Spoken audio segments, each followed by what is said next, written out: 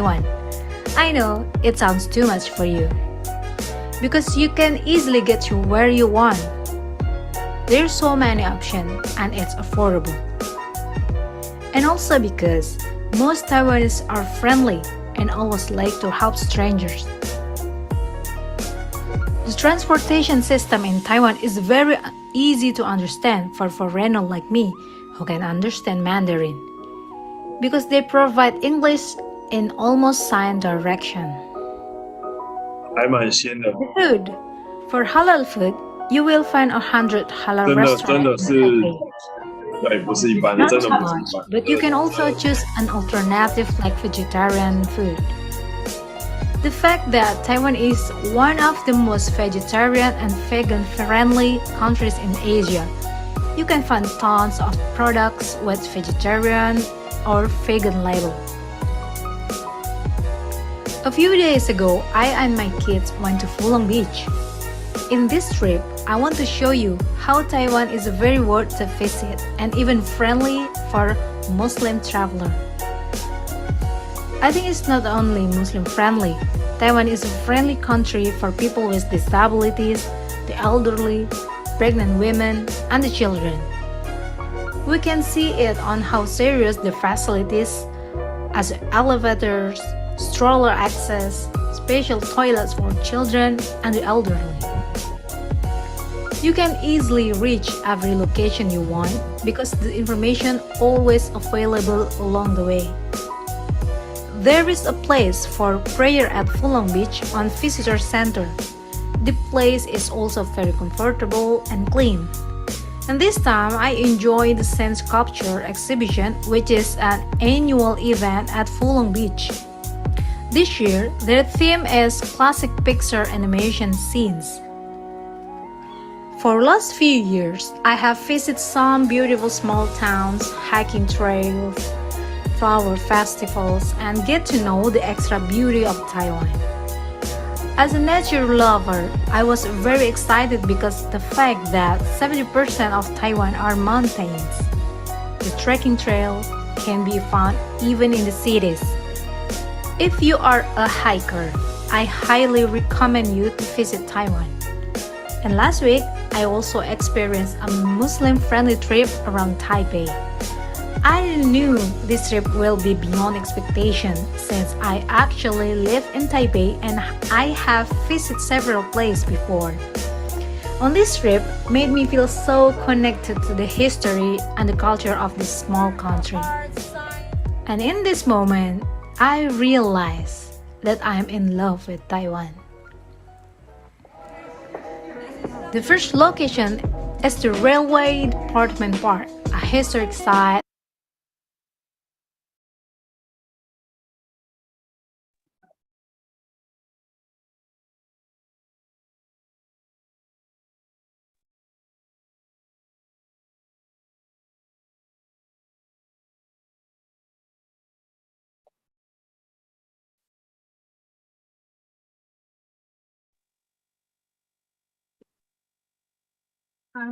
Okay, good evening, everyone. Those are the information for today's webinar. The first one is everyone should have their microphone set on mute. Turn on the microphone, only the one addressed for the Q&A, and use the chat box to be recognized by the moderator.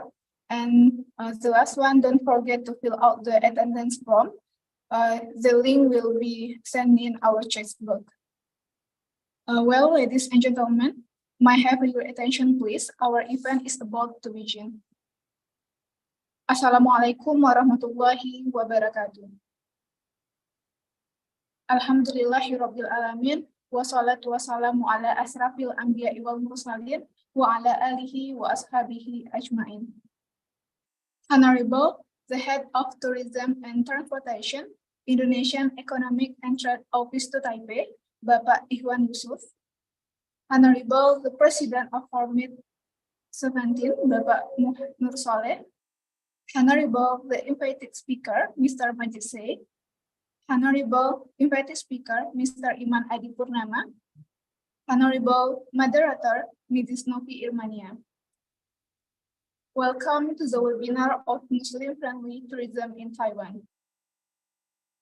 First of all, let us praise to Allah Subhanahu wa Taala because of His blessing we are able to attend this event without any problem. Secondly, may peace be upon the Prophet Muhammad Sallallahu Alaihi Wasallam, who guided us from the darkness to brightness era, from the bad character to good as we hope today, inshallah. Ladies and gentlemen, my name is Pepi Ramadhani, and I will be the host for today. And for right now, let me read out our agenda this evening. The first agenda is opening, the second recitation of the Holy Quran, the third opening speeches, the fourth main agenda, sharing presentation and Q&A session, the fifth door prize, and the last one is closing with recitation of prayer.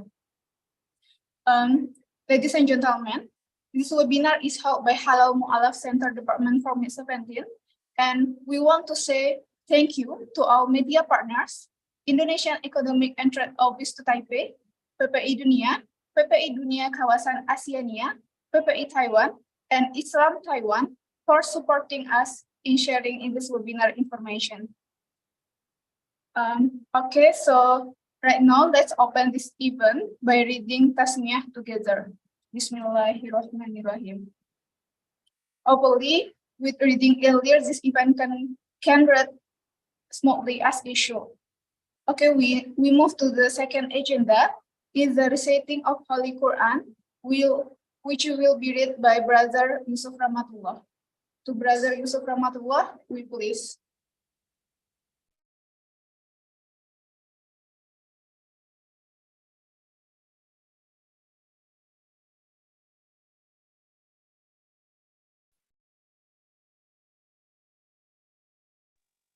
Hello, Brother Yusuf. Can you Yes. hear my voice? Okay. Yeah, I can hear you clearly. Assalamualaikum warahmatullahi wabarakatuh. أعوذ بالله من الشيطان الرجيم. بسم الله الرحمن الرحيم. الذين يذكرون الله قياما وقعودا وعلى جنوبهم ويتفكرون في خلق السماوات والأرض ربنا ما خلقت هذا باطلا سبحانك فقنا عذاب النار ربنا إنك من تدخل النار فقد أخزيته وما للظالمين من أنصار ربنا إننا سمعنا مناديا ينادي للإيمان أن آمنوا بربكم فآمنا ربنا فاغفر لنا ذنوبنا وكفر عنا سيئاتنا وتوفنا مع الأبرار ربنا وآتنا ما وعدتنا على رسلك ولا تخزنا يوم القيامة إنك لا تخلف الميعاد فاستجاب لهم ربهم أني لا أضيع عمل عامل منكم من ذكر أو أنثى بعضكم من بعض فالذين هاجروا وأخرجوا من ديارهم وأوذوا في سبيلي وقاتلوا وقتلوا لأكفرن عنهم سيئاتهم ولأدخلنهم جنات تجري من تحتها الأنهار ثوابا من عند الله والله عنده حسن الثواب صدق الله العظيم. Jazakallah khairan, Brother Yusuf Rahmatullah. And ladies and gentlemen, step on to following next agenda, our opening speeches. The first opening speech will be delivered by Head of Tourism and Transportation, Indonesian Economic and Trade Office to Taipei, Bapak Ikhwan Yusuf. Dear Bapak Ikhwan Yusuf, time is yours. Thank you, Ms. Moderator. Bapak Nur Soleh, President of Formit, Bapak Iman Adi Purnama, Speakers, Founder of Kuliner Halal Taiwan, Mr. Saiceh from Islamic Commercial Development, brothers and sisters and audience of the webinar of Muslim-friendly tourism in Taiwan in this lovely evening. Thank you for having us to attend this especially blessed webinar. To begin with, I would like to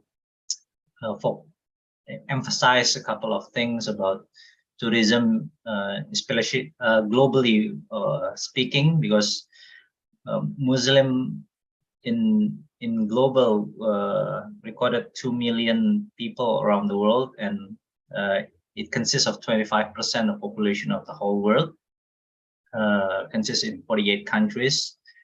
And what fascinating is that 70% of the population is under 40 years old. So if we compare to what mainstream tourism would speak, Gen Z and Gen Millennial is the one who fuel the tourism economy right now. And I know this webinar will dive into the aspect of what Muslim-friendly tourism would have to say, especially in Taiwan. And especially in Taiwan now, has already been several years, been the second place rating, globally as non-OIC countries that well recognized, just below of Singapore.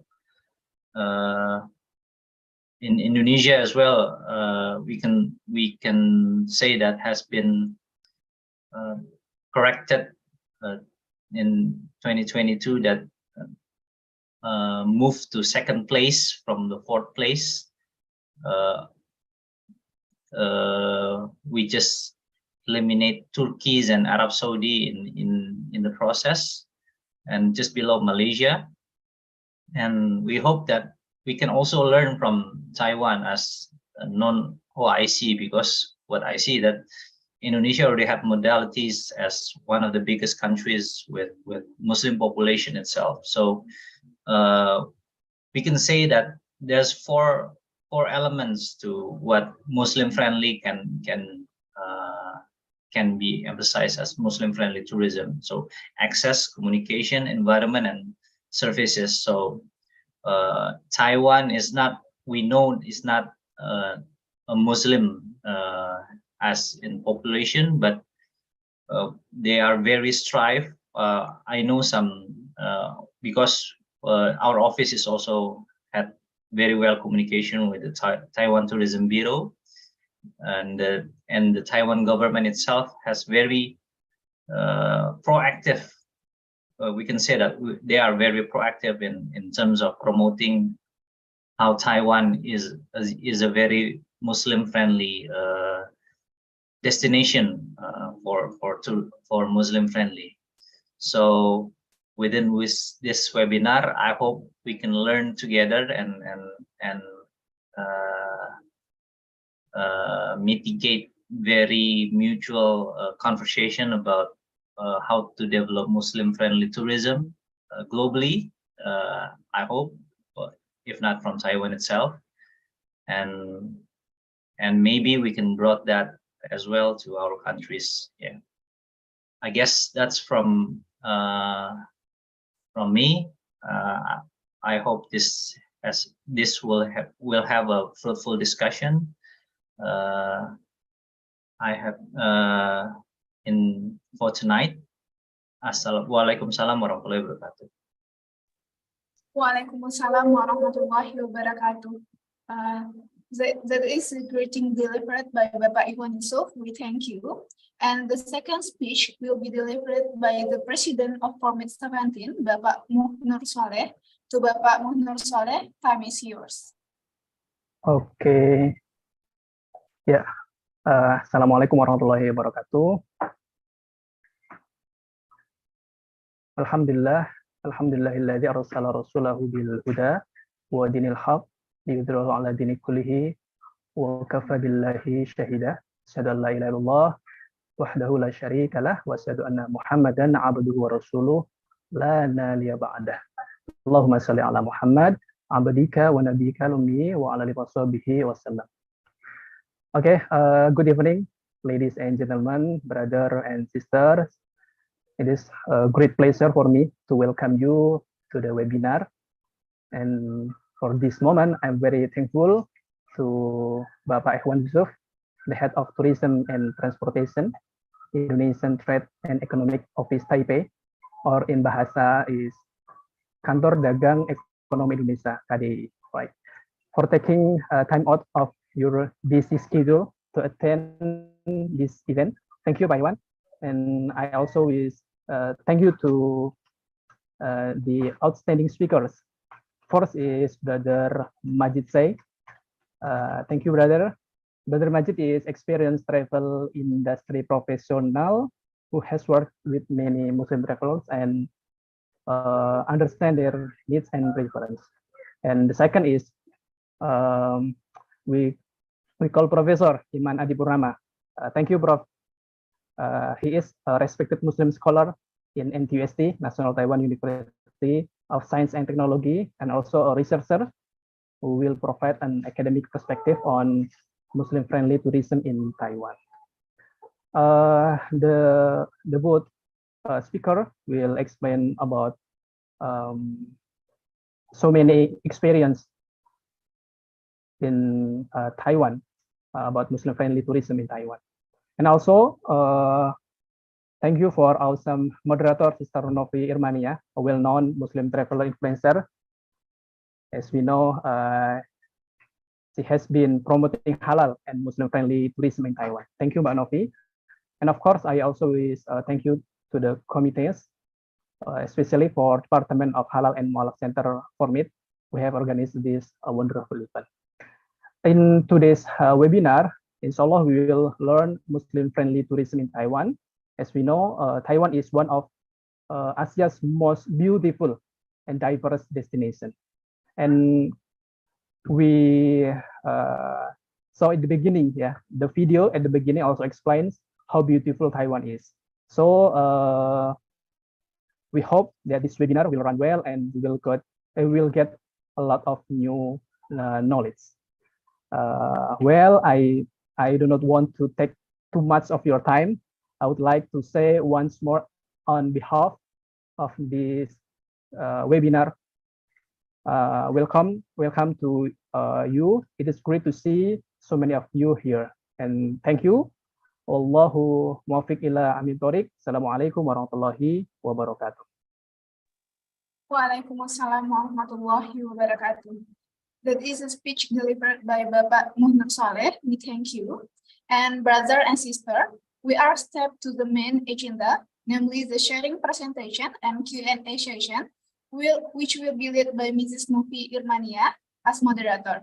To Mrs. Novi Irmania, I take over to you.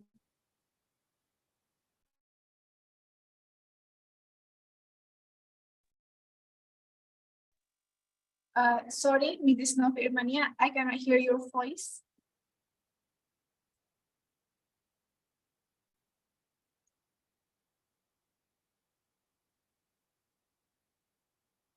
Yes, I can't hear anything. Maybe you can check your audio first.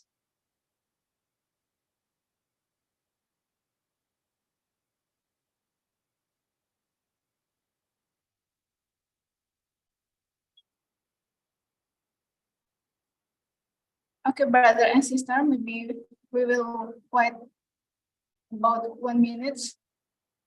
2 minutes, Novi Irmania settle this her audio.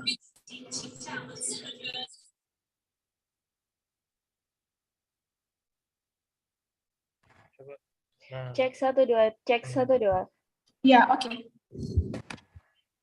You can continue, Mrs. Novi Irmania. Thank you.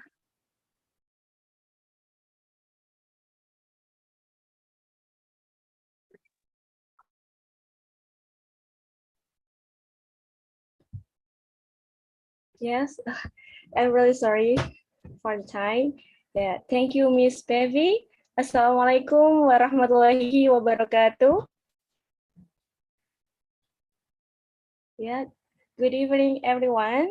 Honorable guests, Head of Tourism and Transportation, ITO Taipei, Mr. Iwan Yusuf, and also Honorable President of Formit 17 Taiwan, Mr. Muhammad Nur Saleh, and also our spectacular speakers. We have Brother Iman Adi Purnama, Professor Iman, the founder of Culinary Halal Taiwan, and also we have the Imam Majid Said as the founder of Islamic Commercial Development Ltd.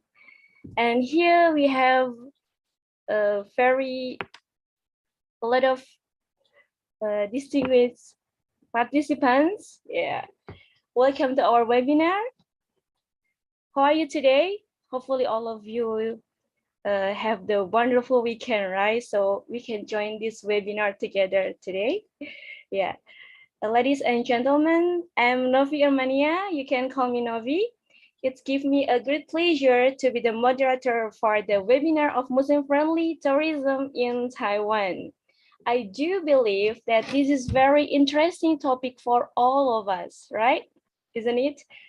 Because mostly all of us love travel so much, especially for me. Yeah. As we know that currently the Muslim-friendly tourism in Taiwan is developed significantly. As mentioned by Mr. Iwan Yusuf before, that Taiwan government really work hard to promote this tourism industry. So it gives us a lot of benefit. We can travel around Taiwan without any worries about finding the halal restaurant, Muslim-friendly hotels, and many more. And we will hear more explanation about the Muslim-friendly tourism destination in Taiwan from Professor Iman Adi Purnama. Before that, I would like to read a brief introductions, the CV of Brother Iman Adi Purnama.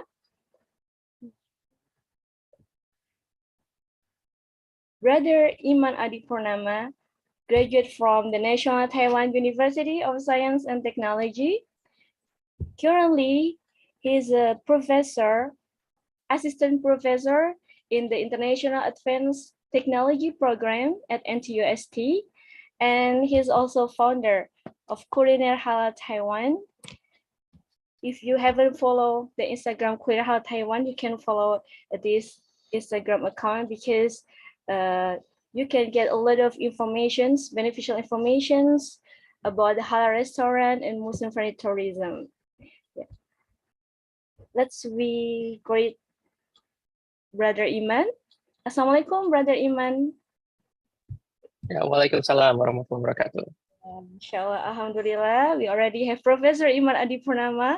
Actually, today I feel like a reunion because he is my president before in the NTUST IMSA and also the leader in the PPE Taiwan, and also now is professor in NTUST. So I'm really honored to have the same stage with my senior, my president, and my professor. Yeah, thank you for your time. Yeah, please, Brother Iman.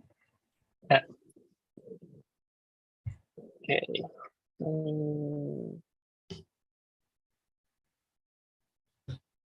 Wait for a moment. Let me check. So you will be the one who share the screen? Yeah, I will share screen. Wait for a while. Okay. So Sensen also joined with us today. Yeah, she opened her video by herself. Yeah. Okay, I think you can see my screen now. Yes, yes, already. Okay, let me present.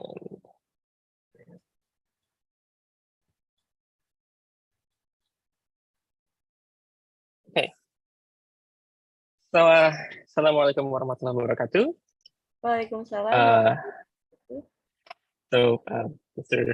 Iwan Yusuf, Mr. Saleh, and respected other guests and committees, and also general audience, greetings.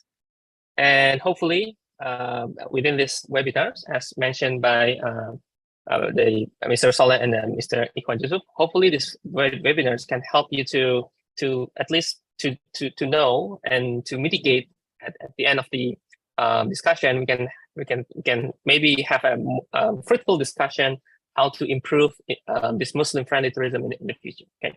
So first of all, I would like to share my point of view within this scope of I'm entitling my webinars as a halal conscious Muslim traveler, how to survive as a Muslim traveler, at least with a point of view of halal platform. Okay.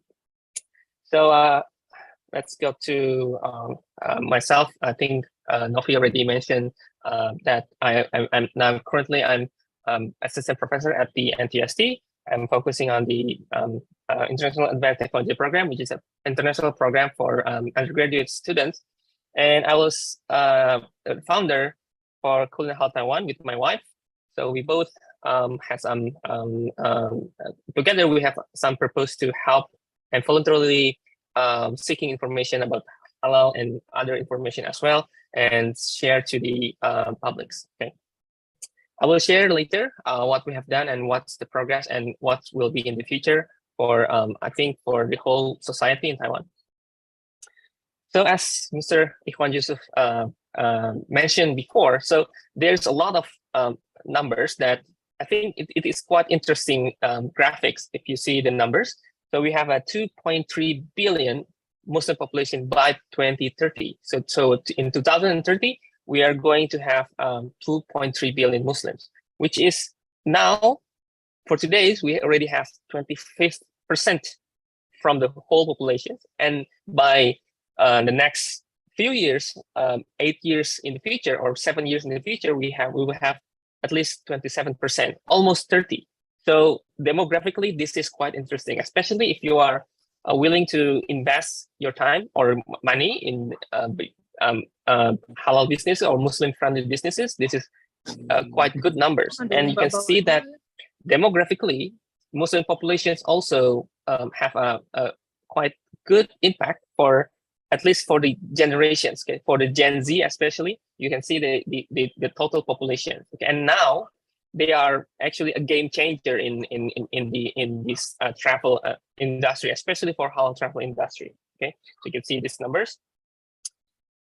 And I would like to introduce you to Muslim-friendly tourism, but I would like to start with what is Muslim-friendly tourism. Okay, so I would like to start with these three sections that I found in one paper that it's published on 2018. That the author said that there are three sections that are important to for a traveler to plan her or his travel. Okay? So first is destination image. What kind of image the destination has to offer? What kind of place he wants to go? What kind of place that projected to the travelers that might maybe attract him and move him and make his move to that place. Okay? And then the tourist attitude. So what is the evaluation? What's the tourist think about the place? Whether he get a good experience, enjoyable places, or what? Okay? And then travel intention. And lastly, it refers to the intention of the tourist himself to visit the destination. These three, they are interrelated each other. So the destination image is based on the attitude and the intention. The attitude is also based on image and intention. The intention also, it's based on image and attitude. So they are correlated each other. But the paper, at the end of the discussion, the authors mentioned that the impactful one is the first one, the image. So this is how I think we need to improve, how we can improve. If we want to, like, for example, if our subject is Taiwan, how we can make a good package, a good image. What kind of Muslim-friendly image that Taiwan need to publicize, to let the general public know what the real Taiwan is. Okay, that's my introduction about Muslim-friendly tourism. So after that, we could see after we see the numbers, the populations. This is what we call several phases of the halal travel industry. This is the data I got from the Crescent rating. You can find it on Google, Crescent rating, and you can search Global Muslim Travel Index. But this is really good infographics. It's free. You can download it, by the way. So the emergence of halal market is not so long ago. It's around 2009, 2010. And then it's keep improving. And then we get to know the halal travel 1.0. We could say that, halal travel 1.0, which involves technology, some social activities, and then we can see the demographics increasing rapidly, and then the environment also it's kind of prepared to prepare the environment, and then we are now moving, especially from 2019 to into the future, and especially after the pandemics. I think the pandemics really enhance all the technology related things, okay, from AI, machine learning, and so on. So the tech, and then the accessible, the tourism, the access, and how the experience that the traveler will get, and the sustainability. These four will be the key drivers. Okay, so this is, I think Taiwan has a potential to grasp all of these four key drivers. So technology, and how to access the tourism, and then how we can make the experience, how we can make the tourists or the travelers experience better, okay, especially for Muslim-friendly places or environments. And then sustainability, like the green technology. We can see how we are more evolved now in terms of development, okay. And Taiwan is, I think, one of the best within this technology and sustainability. So I think we can make something from these key drivers. Okay. So we start by taking also, as I think Mr. Ikhwan already also mentioned, the second rank as the non-OIC country. OIC is the Organization of Islamic Countries. So for non-OIC, Taiwan is the second place. Okay, for consecutive years. I think already this is the second or the third time already in second place. The first one is Singapore. If you see the index, this is also from the same database. We got it from the Crescent rating. You can download it from the Global Muslim Travel Index 2022. So Taiwan is ranked 2. You can see, but the score is not so far from the number 3, number 4, number 3, and up until number 5. It's around 50. So they can quite exchange. Okay? So in terms of how we provide the Muslim-friendly environment, okay, in the future.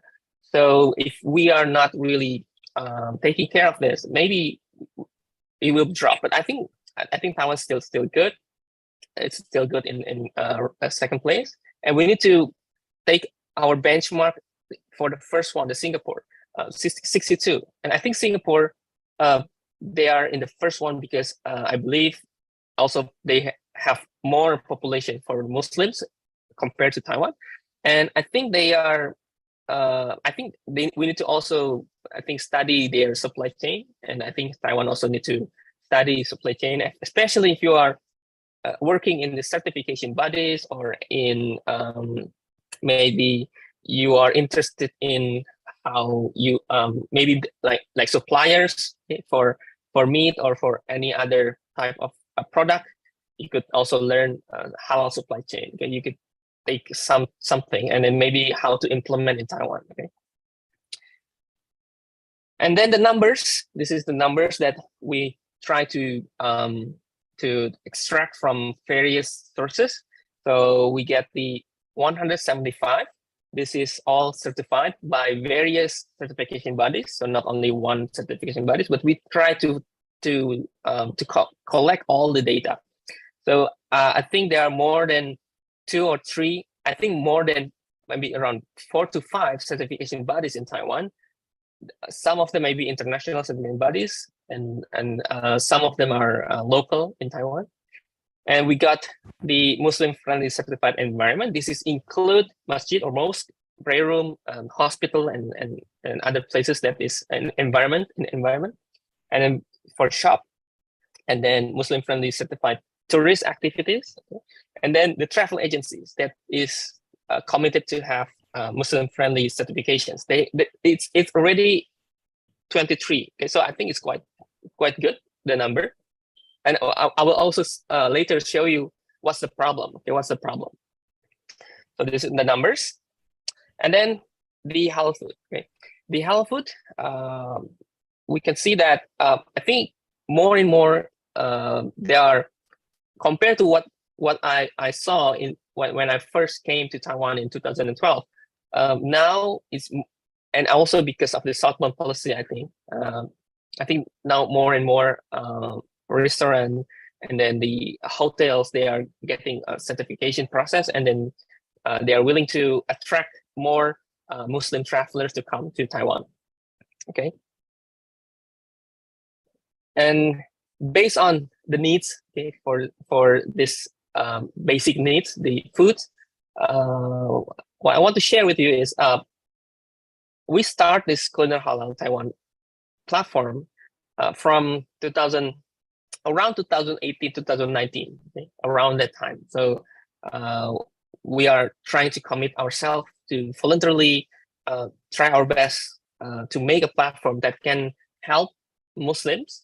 Not only that they can just maybe find information, but we can also educate them in certain ways that perhaps other platform cannot really engage with them, interact with them, because the most populated Muslims in Taiwan is from Indonesia, and most of Indonesians are migrant workers. Okay, so of course there is some kind of gaps. Okay, gaps between how the access can be provided, okay, and how the education also, I think, also one obstacles. So we want to make our platform accessible by everyone. So we are going to narrate our story in a more easy and casual, understandable Indonesian language to our audience, so then they can get the first the information, they can know the information, they can access the information, and then they can also educate themselves about the situation in Taiwan. Okay? Because many Indonesians that I saw, that they are telling, oh no, there's no halal meat, blah blah blah, and we want to provide them that you can find this on this area, you can find this on this shop, and then etc. etc. So we are now in TikTok, Instagram, Facebook, and we also have a website that is providing all the lists that you can find from foods, from the prayer room, hotels, and everything. And this is all free. You can just access by yourself. Okay, so that is the our platform and the statistics that we got. So after we are engaging within this scope of a platform, we are trying our best to find the sources, and surprisingly, there are really sources that I think many Indonesians didn't know about this, or maybe international foreigners, Muslim, they didn't know about this. So we found that there are actually, aside from the 175 Muslim friendly restaurant that is already certified, we got a lot of numbers. Okay, so we have 321 vendors.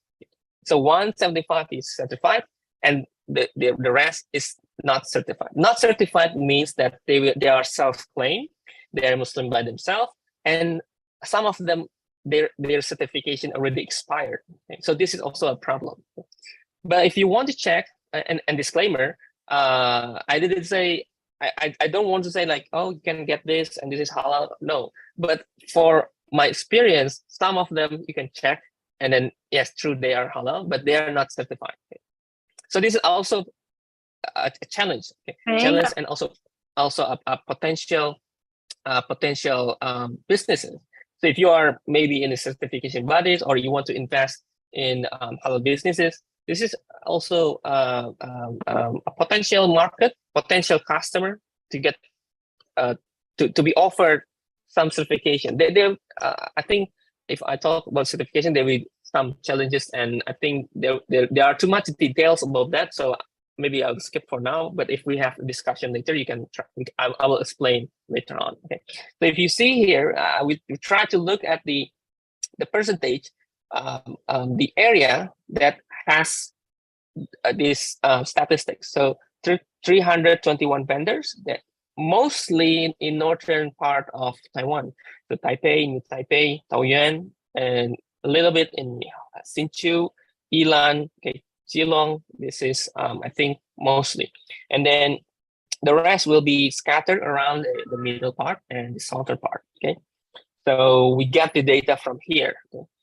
So this is include the from the trade center, from the Taiwan Trade, from the Tourism Bureau, and from the some of the vendors that is franchise that are halal. So they are scattered around this area. So you can see also from the color, the red color means that it's more dense, more vendors that is halal, and the white one is there are less. Okay, so that's the statistics. Now, based on this food, I would like to share that there are type of cuisine. So for travelers, of course, if you are planning to go to some place, the image, okay, if you are focusing on what kind of food you want in that place, perhaps aside from you make sure that it's halal, is what kind of food, right? So in Taiwan, what you can eat is actually, if you are looking for Chinese, Taiwanese, Japanese style, or vegetarian Taiwanese style, you can go for this green area. At least there are 1 or 2 restaurants that provide this type of cuisine. So you can see from the picture, they are all Eastern Asia, so Chinese or Taiwanese, local Taiwanese, or even the specific Uyghur from Japan. There are one restaurant from Japan in Taipei that serve halal chicken. And then the vegetarian, I think vegetarian has a lot of restaurant that you can find also. But this is, I think, that you can find type of cuisine. And also the other type of cuisine that I think pretty much covered every area also is the Indian restaurant or Pakistan restaurant or Middle Eastern. Okay. So you can see from the picture, India, Pakistan, and then the Arabian, Morocco, Egypt, or even the Turkish, they are, I think, part of Middle Eastern. So they have this kind of cuisine. So if you are willing to look for this kind of cuisine, you can check this area, the northern. They have, I think, a lot in northern part. They have several here, and then I think several in southern part. Okay, you can check that also. And for Southeast Asian, like Thailand, Indonesia, Myanmar, we can have this green color here. So northern, there are some of them. In the middle and in southern, you can also find this restaurant. Especially, I think Indonesia has a lot of restaurants, but you need to make sure whether they are, some of them like self-claim, and some of them are already certified. Okay. The self-claim, there are, I think, too many restaurants. So in my list, there are several that we already asked, and they are actually halal.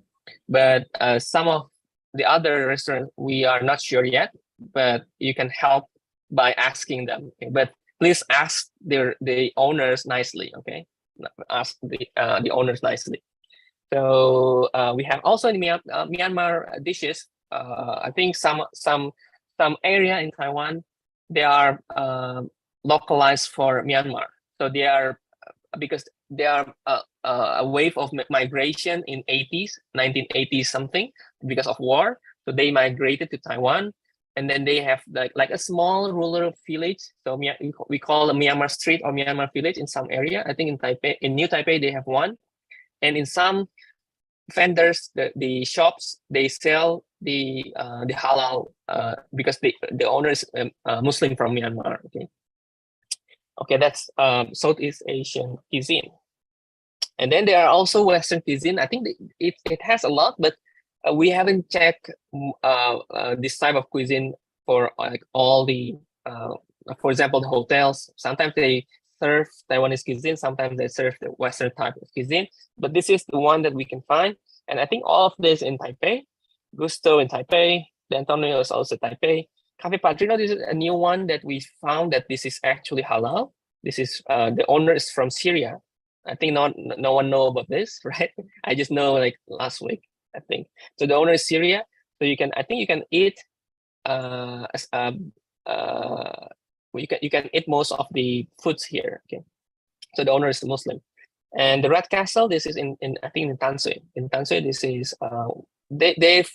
they are fusion Taiwanese and Western, but mostly like a Western type of cuisine. Okay, so you could check this out. Okay. So yeah, I think this one, the Cafe Padrino, no one know, right? Okay. Essentials and interesting things. Okay, so this is, I believe, one of the essentials and basics, the needs for every Muslim traveler.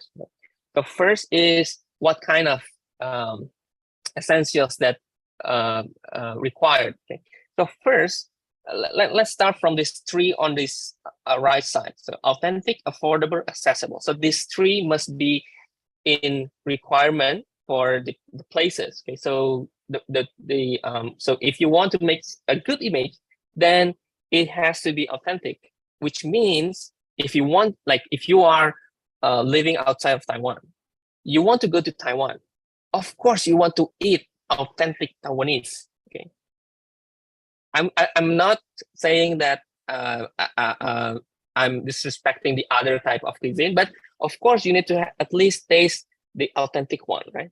Either foods or either cultural activities like the DIY activities that is immersed in Taiwanese culture.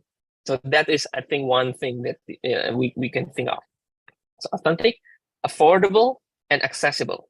We can access it easily. Okay?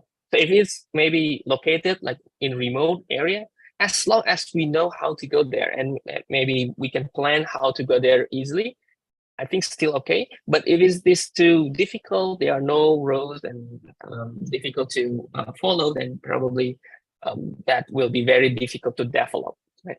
And then the last one, on the left, we see here is adaptable. So adaptable is actually within this four.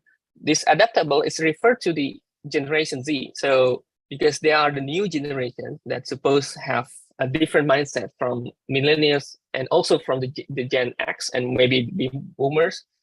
So the Generation Z, they are more adaptable. They can easily adapt to environment. They already prepare themselves with culture shock, and so on and so forth. So they are more prepared than us. So this is also, I think, one key drivers. If we can navigate how and when, or maybe where, for this Gen Z to make their visitations, I think that will be a game changer for the tourism. Okay, so that's it. And then accessible first is, of course, we need to first start from the airport. When you arrive, you need to make sure that you have this facility in the airport.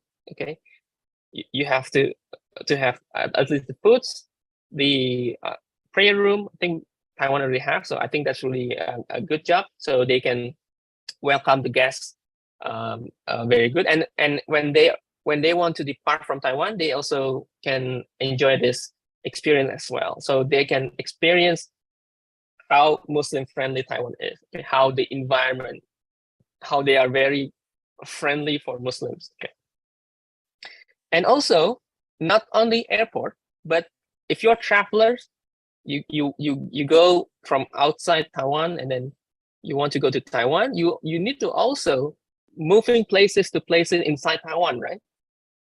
So we need to also prepare that you need to make sure that in every stations that is big cities in Taiwan, where the food is, and it is much more convenient if they can find foods nearby the station. So this is some of the examples that I can find that they are halal, and they can find them, I think, easily from the stations. So in Taipei, in Chongli, Taichung, Kaohsiung, I think you can find easily. And this is one example that is important for access. Okay.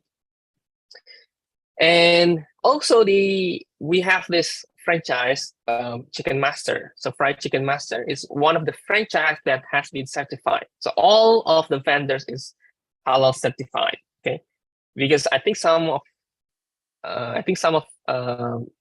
you may be asking, is every Chicken Master halal? They are all halal. Okay, because they are from the same poultry, the poultry halal. So all the chicken halal, okay, from the same sources, and they have, I think, for every county, I think mostly they have.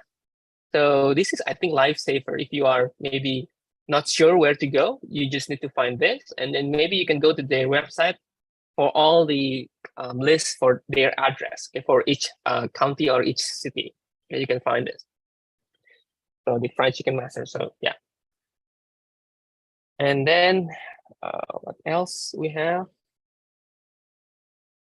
So we have here is the community.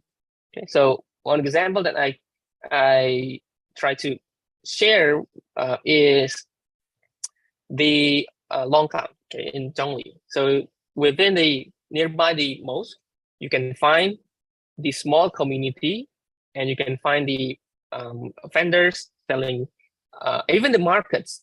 In the morning, they sell some halal breakfast, and I think some other vendors maybe selling new meat. And then you walk for a few minutes, you get into the restaurant, and then I think several restaurants around the area. I think you can. I think this is also good if you can maybe take a good image for Muslim-friendly environment within this community. Okay, so we can build a new atmosphere so that the travelers can feel the Muslim-friendly environment in a minority Muslim countries. Okay, it's I think very unique and interesting. Okay, and then as I said, that we have the Myanmar cuisine. So they will be having some Myanmar village or Myanmar street, and they are selling their traditional dishes. And also you can see how the environment a little bit different, because they are incorporating their language in the writing. So you can see that, oh, this is interesting. So Myanmar village in Taiwan, you could see how it will be a unique experience. Okay? So you could find some foods that are halal, and you could also enjoy the traditional environment, Myanmar environment. And then another interesting thing is, if you know Michelin is like a standard list for a restaurant to be called like really good.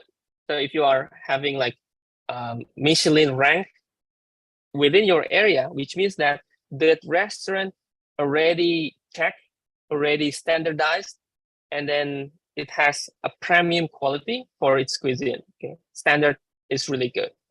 And then we have in Taiwan, there are three restaurants that we know it's halal, and they are in the Michelin list. Okay, the first one is the beef noodle, not in Ximen. This is in Sun Yat-sen.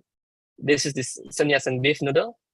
And if you read the restaurant name, it's already halal Chinese beef noodle. So it's already mentioned in the name, in the Chinese name, Jingchen. Okay, and then the middle one is the Indian restaurant. It's called the Taj Indian. The last one, the right one, is the Indonesian restaurant. It's a satay house. Okay?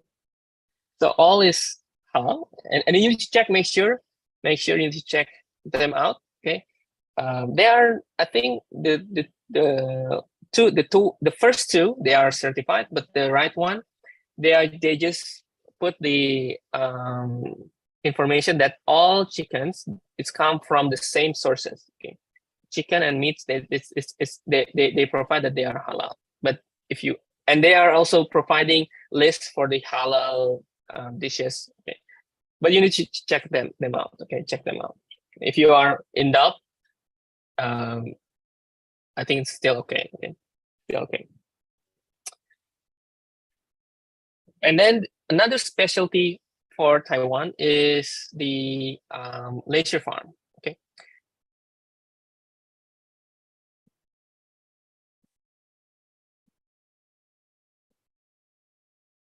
Okay. Okay. Okay. Do we have even mentioned the name of the restaurant? It's not too much. Okay, the name of the restaurant you can find in our list. You can check Culinary Halal Taiwan website. We have lists for everything. Okay. The Taiwan specialty is leisure farms. So in Taiwan, there are several leisure farms that is, I think, really good experience to have. First one is in Tucheng, in Ilan, and the second one also in Ilan, in Shangri-La. I think this is a good experience for people who want to know the nature in Taiwan and then how they develop their ecotourism. I think that's also a good good way to promote. Okay, so you can find some DIY activities, and then these farms, they are already halal certified. Okay, so It's so interesting. and Alhamdulillah, then our main restaurant in Taiwan. yeah. So hidden gems. So I would like to share some hidden gem that you can find in Taiwan. Especially, I will share for foods. Okay, for foods, the hidden gem, Kojang Mini Hot Pot is I think the only hot pot that has been halal certified. It's located in, I think, New Taipei. Yeah, I think I can say it's New Taipei. And the second one is the Hal and the Yuan. It's in Taichung. This is a traditional Taiwanese cuisine, halal. The third one is the Uyghur one that we have in Taipei. We also have in Kaohsiung. You can check them out. They are serving mostly a skewer type of dishes. Really good. I've tried that one. It's really good, unique, and really good. And the last one is in Tanshui. It's the not beef noodle. It's lamb noodle. Lamb noodle. So beef noodle maybe too mainstream. So we try the lamb noodle. Okay, this is really good also. It's the meat is really tender. Okay, you can check in Tanshui. So yeah, this four, I think at least once you need to try. Okay, at least once you need to try. Okay, a must try for Muslims. Okay, I think must try. This is must try. Yeah. Okay, this hidden gems. Okay, and then the so far, this is, I think, almost near the end of the presentation. So what we have done is basically we want to empower the Muslim community in Taiwan by offering accessible information, reliable information on halal food options, okay, and bridging communication between any entities to public. Okay, so, and then I want to emphasize that we want to make this discussion inclusive. Okay, so we want to make sure that everyone collaborated, even though there will be competitors. I don't care. I need to everyone to collaboration. Okay, to do collaboration, right? Yes. And then, Brother Iman. this is our progress so far. So what we do is maybe there are some Muslim-friendly program from the government. I think Novi was well aware of the program. There are a lot of programs, right? But sometimes the program didn't really deliver or didn't really precisely go through the customer or to the target. So we want to make sure that, okay, we are now in the middle part, and we want to make sure that all get the same information, all get the same access, and they are having the same experience. Okay, and that is what we want. Okay, that is how we can become a bridge between these two bodies. Okay, so that's why we are trying to use casual language, easy language, because we want to target the migrant workers. Okay, we want to target them, we want to educate them, and we want to make they self-aware about this situation, about the Muslim-friendly environment. And then this is what we have. Okay, we collect information, we share information. Okay, we share information to make it easy to understand, and then collaboration with some other entities, like for halal promoters, other halal promoters, I think also with Nofi as well. And then arrange Muslim-friendly tours if we want to make like tours to Muslim audience, and then we simplified access to halal information. Okay. And also increase the endorsement for every businesses, for Muslim-friendly businesses. Okay, and then this is lastly, okay, my suggestion. Okay, my suggestion. So I want to suggest to encourage all Muslims, especially the Muslim in Taiwan, to endorse businesses with Muslim-friendly certifications, such as probably travel agencies, business owners. Okay, try to make them make friends with them. Okay, try to make friends with them. Try to understand what is their needs. Okay, because we also need from them. We need maybe their service, their foods, and everything, right? So we need to have to give them feedbacks. Okay, that is, I think, we need to have two communications, right? Two ways communication. And then you can also try to actively gather information by yourself, because this is, we only like just me and my wife, we try by ourselves gathering all this information. And I think you can do it too, right? You can do it too. And then try to be independent. Okay? So if you know that, okay, this is the important thing, then you don't need to ask again. Don't ask too much. Okay? Sometimes if you ask too much, like for example, you ask some certification bodies too much, they also feels like, oh, they get also troubled, right?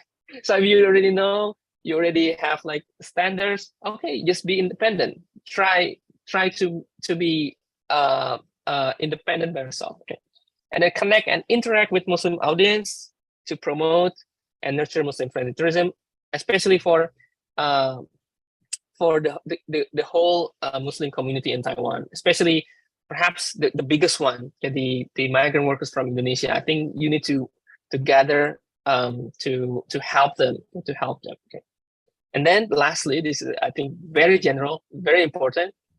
Exercise caution and be respectful. Okay? Respectful when engaging with fellow Muslim. Like you ask something, please ask nicely. Okay?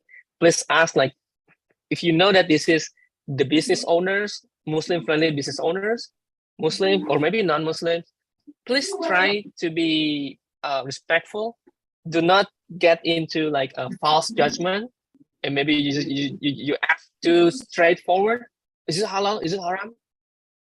Please ask nicely. Okay, please ask nicely. Maybe we can help them. Maybe you can get also more information. Okay, so I think this will be last part of my slides.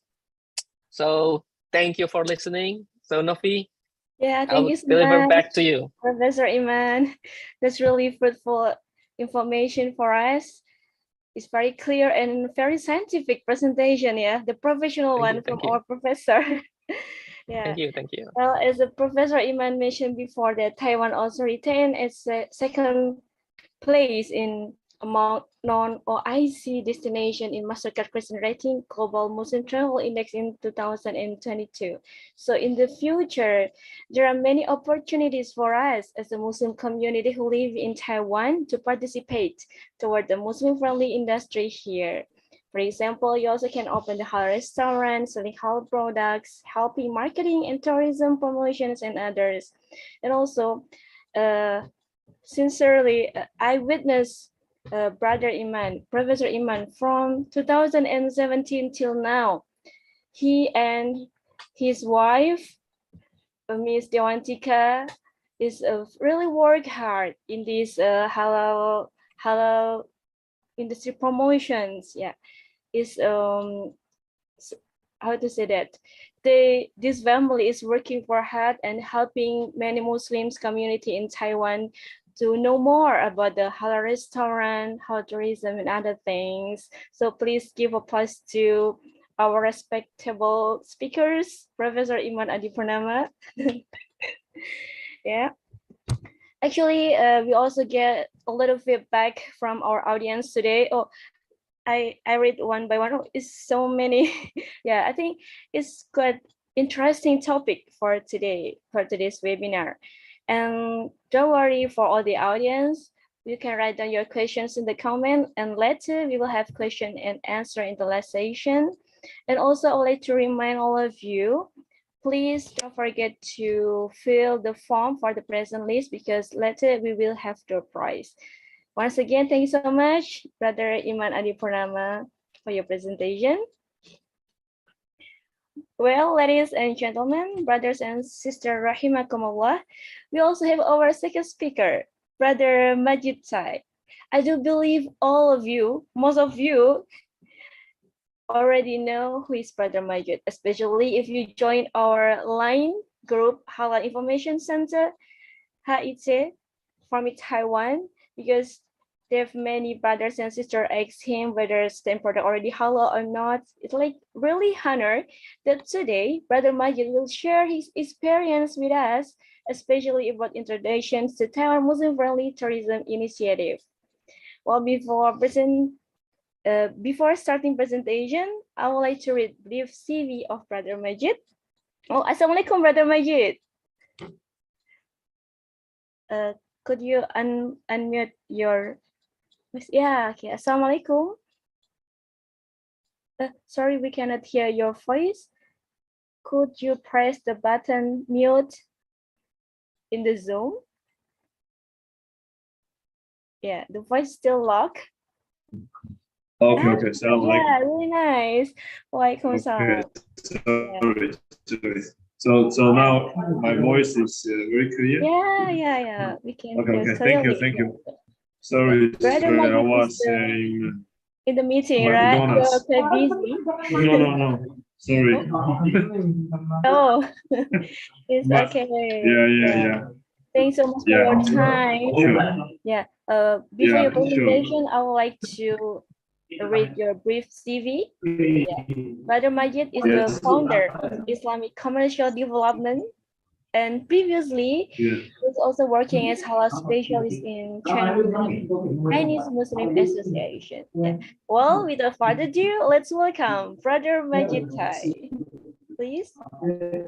Yeah. Okay. Thank you. Thank you for me. Thank you, Sister Novi, and thank you, Brother Imam, for giving us this chance to share with you my presentation today for the Muslim-friendly environment in Taiwan. So I think the format will share the slides, right? Yeah. We can help Okay. you to Yes, thank you. So this is our slide tonight. I just would like to share with you now. All of the Taiwan has already have a lot of Muslim-friendly environment or place. Actually, you can go in your vacation. So our first slide, this is Sakura, everyone know. So all of the Taiwan now already have a lot of Sakura. So I think that in the future, we will arrange also like a day trip to Sakura as well. Especially tomorrow, we have another flower day trip. We'll depart from Taipei main station to Miaoli County. As many brothers and sisters already applied, so we will have this kind of trip, one-day trip as well. So okay, please follow next slide. I will share with you so far how's the Islam in Taiwan and each different part or zone in Taiwan what we have. So we can see this is a kind of little trend in the Jiayi Alishan mountain. So actually this is a very good things that during the weekends, they can enjoy exploring in Taiwan as well. And by doing so, you know more well about Taiwan, maybe in the future after your graduation, you will have the chance with working with the hotel, with the travel agency, with the restaurant as well. So I can also offer you this kind of job and opportunities. Yeah, thank you. For the next page. So we have currently 10,000 local Muslims in Taiwan and 500,000 Indonesians in Taiwan. Yeah, but I think the Muslim maybe population, yeah, is roughly like 350,000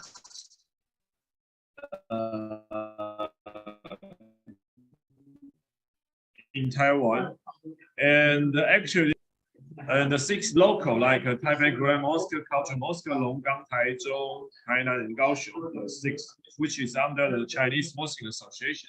Also, we have a lot of Muslim association in Taiwan, so 10 Indonesian and 10 local. Foreign style, as Brother Imam already mentioned, we have a lot of foreign style Muslim restaurant and many local halal restaurant. Also, some which is not certified. Maybe we can share to each other.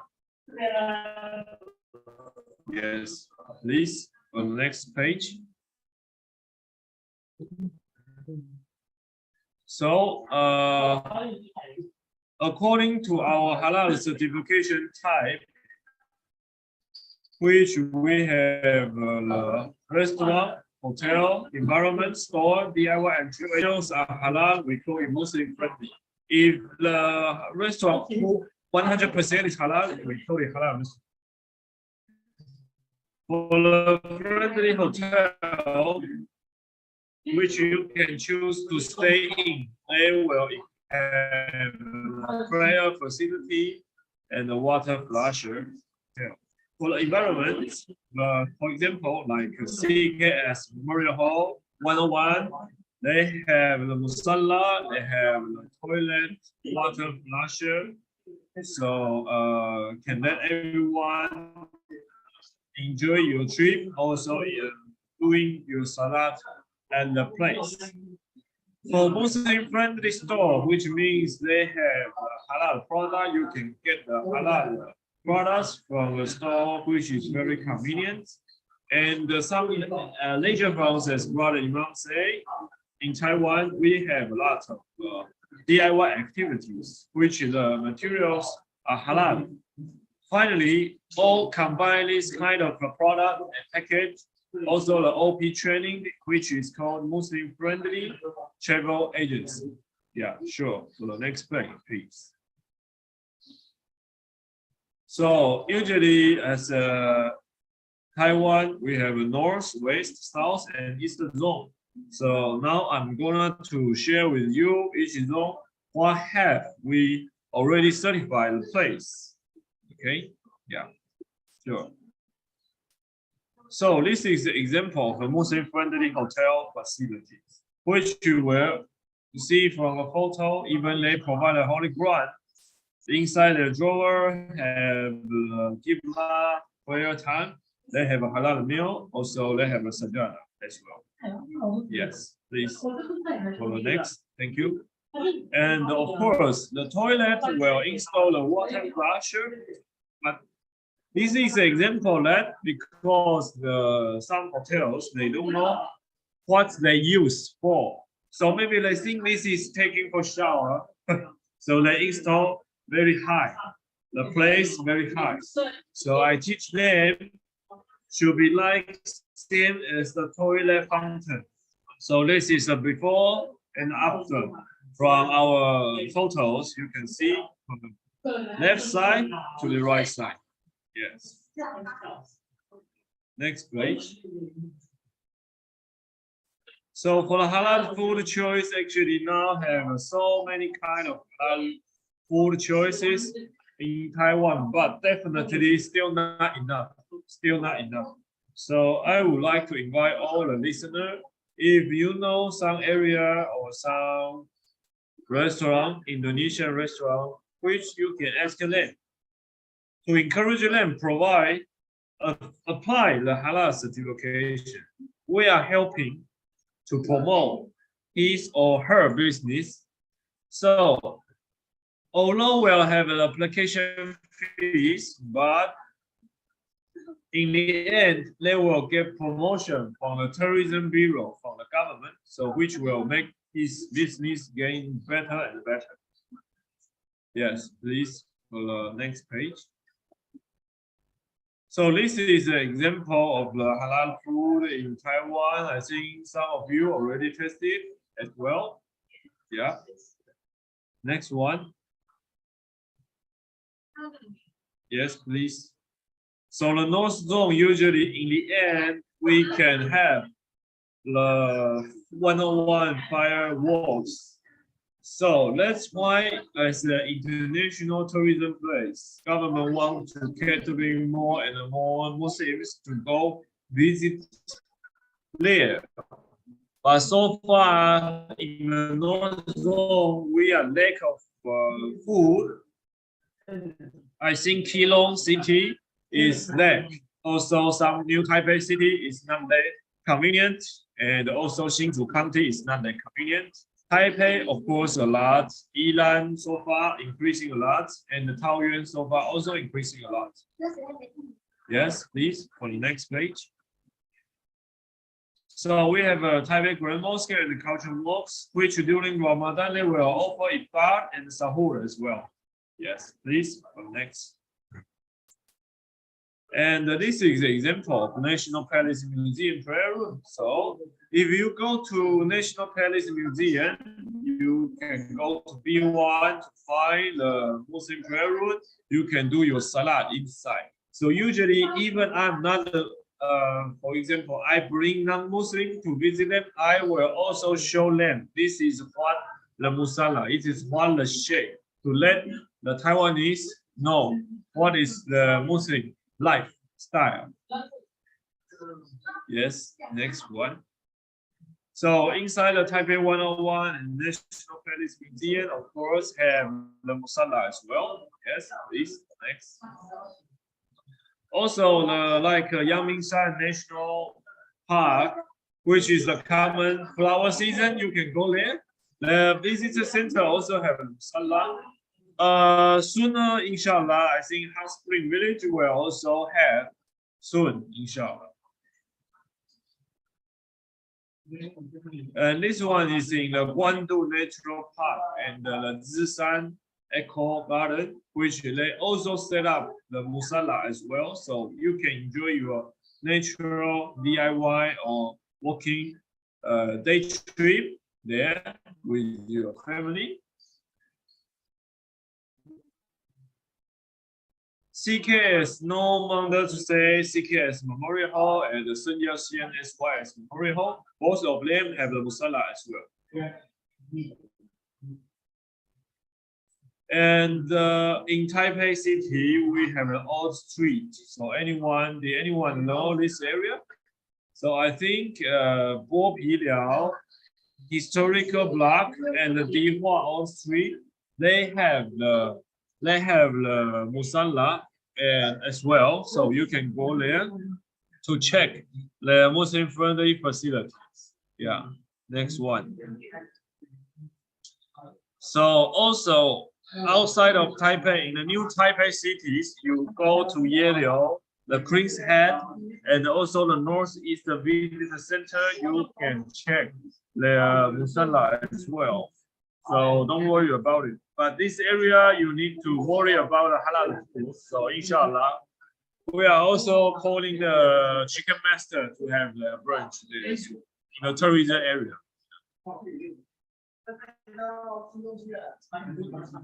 Currently, I think the chicken master already have the branch in Keelung. So for the Keelung people, I think at least you have the halal one halal fried chicken you can eat there as well. So the visitor center, the sandwich also have a musalla. Please, next one. For the Yilan area, we have a hot spring and cold spring park. So for you, I hope during the now is hot, right? Summertime. So everyone can go to Ilan to enjoy your hot spring. That's very nice. And also can enjoy the flying paraglider using your phone or zooming to take the whole route. That was very nice experience. And also the Turtle Island, I highly recommend you can go visit it to see the dolphin and whale as well. Yes, next. And in Taoyuan, we have Taoyuan Longgang Mosque and the Masjid al-Taqwa. Inshallah, this year I will announce our Hajj and Umrah tour from Taiwan to Mecca and Medina. So inshallah, if we have an audience from Masjid al-Taqwa, we can collaboration. Yes, please. Next one. And for the theme park, this have a Hsinchu Liufu theme park. This one and have a Muslim-friendly restaurant inside. And tomorrow, I will bring 80% to buses to visit the Lion Mountain Visitor Center. So everyone, inshallah, if tomorrow no raining, we can see some flowers and make activities there for doing some DIY as well. Yes, please. And this is the west zone. So you can see the photo actually is from Sunmoon Lake. We generally have a Miaoli, Taichung, and Tongzhang ending, but sadly, so far this central area is not so much of halal restaurant. I think in Taichung have more, but another city need to improve as well. Yes, please. So in the Miaoli, we have a West Lake Resort, Flying Cow Ranch. But currently, as I know, the Flying Cow Ranch Nature Farm so far already halal certified expired. So anyone want to go there, you need to come home and check with them. Otherwise, you need to bring your Indomie by yourself.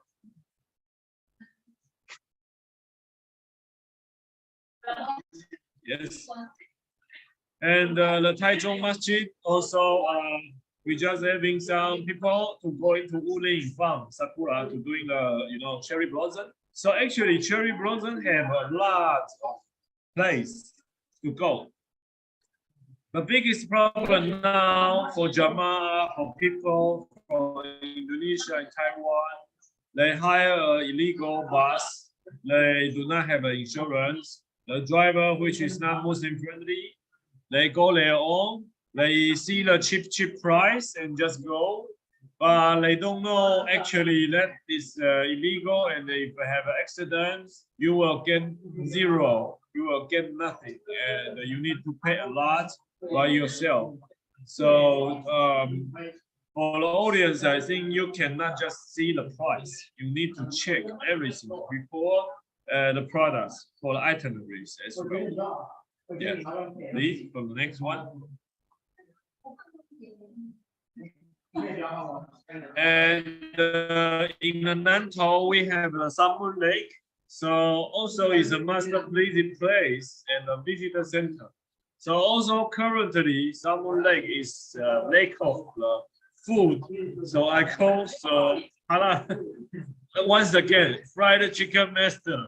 Inshallah, will open a branch in Sunmoon Lake. Yes. Please, for the next one.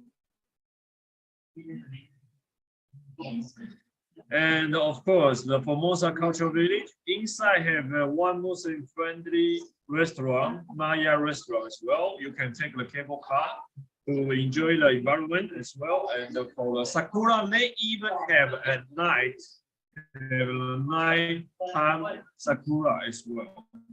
Yeah. For the next one, please. And this one is Zhanghua, Lugang, all street and Flower Park. But sadly, those two places don't have any kind of halal food. So you need to eat like maybe vegetarian as well. Yes, please. So next one. The Yunlin Jianfushan theme park and the visitor center, which have the Muslim playroom inside and some Muslim-friendly restaurant inside as well, so you can check and eat. Yes.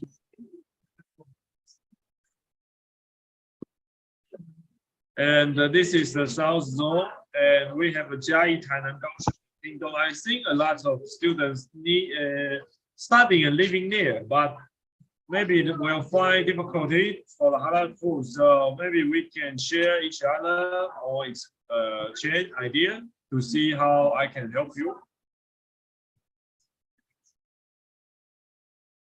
Yes, next. Usually the Alishan Mountain, we go to see sunrise and train. And on the top of the mountain, we have the 2 leisure farms who can provide halal food. Yes, next one. And for Tainan, this is a very good place. We call Green Tunnel. And the Tomalai Leisure Farm, which also have a lot of flower blossom as well. So for this point, I think we can have more experience chance. Yes, the next one, please. Maybe I need to move some area to become less noisy.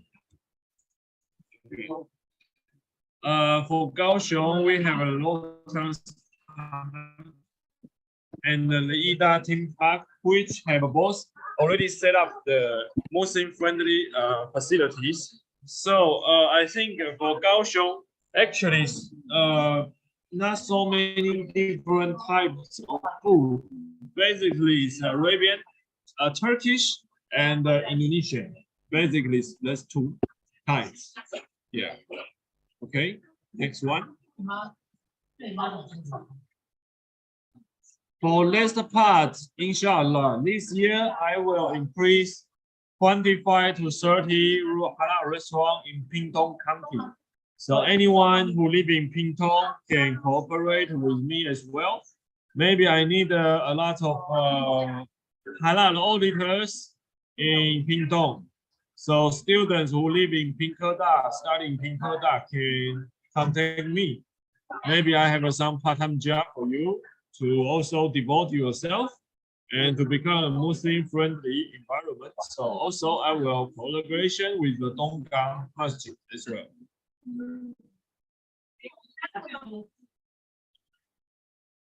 And this is the East Zone. So let's part East Zone, Hualien and Taitung. Actually, this is the so-called halal dessert because they are very less of the halal restaurant here. Although it's very good, you see the Taruko. The photo, this one is a real photo. Some more better place. Next one. So this example of Hualien Taruko National Park. Usually people can take the train to go there, and but you need a lot of bus. Yeah, you take a train from Taipei and go there. Still need a bus to go inside to the Taruko Park, and the food is very difficult. So you need to prepare by yourself.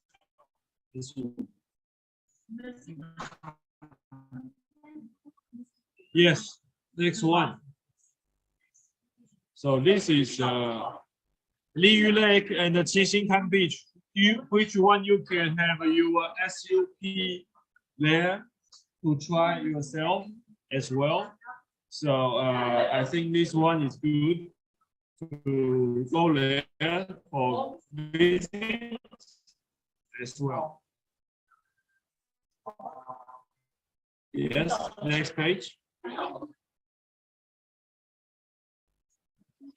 Yes, please. Next page.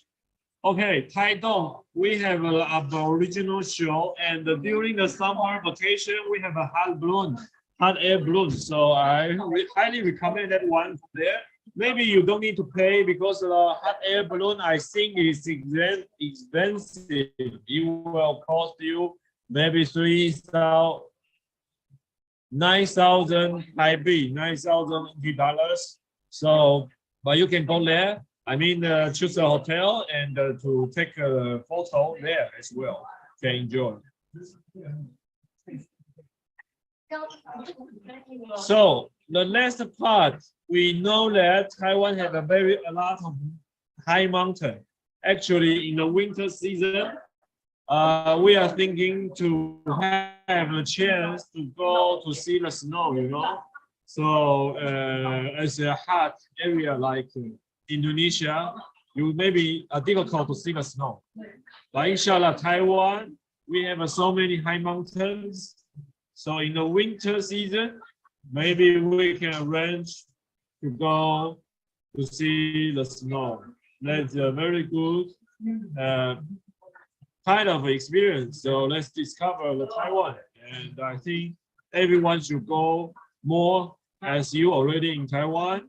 Maybe in the future, you will back to Indonesia or any other countries. I think you can use this chance.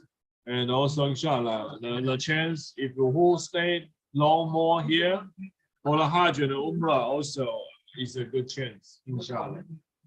Thank you. Inshallah. Amin. Jazakallah khairan, Brother Majid. Yeah, Yes. you really give us clear idea which place for our next travel destinations. Yeah, we can Yeah. arrange the summer trip, inshallah. Yeah. Well, Yeah. brother and sister, are you ready to travel with us? We can make a trip together. Because Brother Yes. Majid can arrange our trip to us, right? Yeah, sure. Thank you so much, Brother Majid. Yeah. Well, ladies and gentlemen, now we've come to the Q&A or discussion sessions. And due to the limitation time, we are going to select three first questions. Please raise your hand and open your microphone.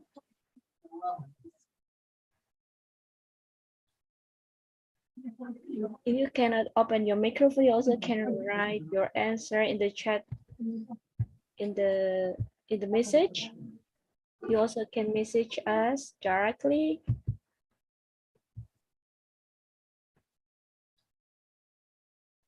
Well, actually today is a really interesting topic for me.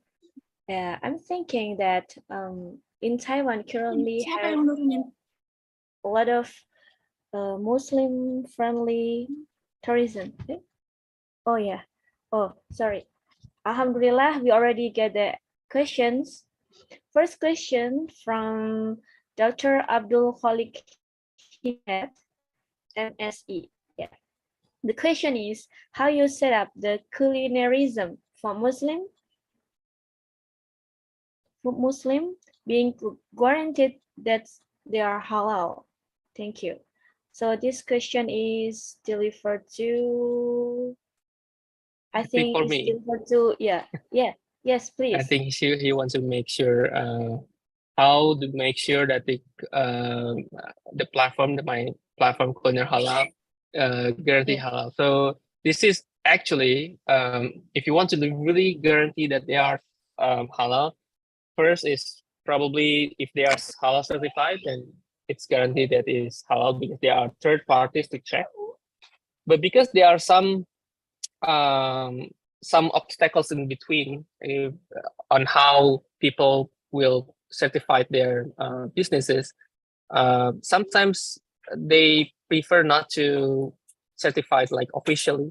So they just probably if they are shops too small or maybe not really that much people, perhaps they don't want to take more hassle in collecting documents and then apply for house certification. But what we do is we go through all the sources. We try our best to contact with the owners. We discuss, and then we are trying to make sure that all the suppliers are from halal suppliers. Okay, that's how we got. Okay. And then we also try to offer them if they want to get certified, we can get in contact with several certification bodies if they want. Okay, but I think it's up to them. And lastly, okay, what I feel guaranteed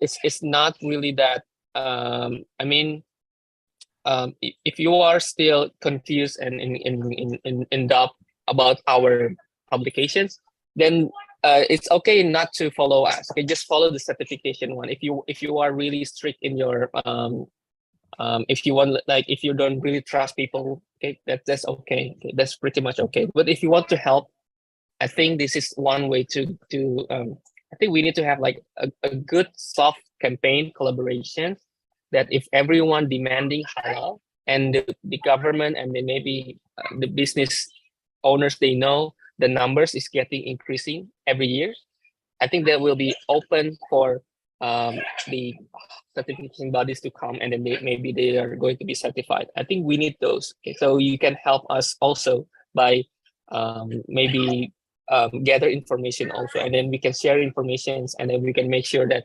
okay, we get this information, we can collect this, and then we can connect with all the stakeholders and certification bodies. And I think we can have a good collaboration. Okay. Yeah, I think that's a really good idea. Yeah, because sometimes for us as personally, if we just like collect more informations from the restaurant itself directly, maybe it could be difficult for us. But if we collect a lot of informations and growth with the community together to make sure whether that restaurant is halal or not, it will be easier for us, and we can spread these good informations in the platform, like brother Iman Adipurnama have in the Culinary Hall Taiwan. Thank you, brother Iman. Yes, You're and welcome. there's the second questions. Oh yeah, how about Mr. Abdul Khalik Hidayat? Yeah, I think it's quite clear, yeah. And then the next question is from Sister Fatim Nur Aulia Husna. The question is, what Taiwan plan to expand their market for Muslim travel abroad to come to Taiwan? So I think this one will be answered by Brother Majid.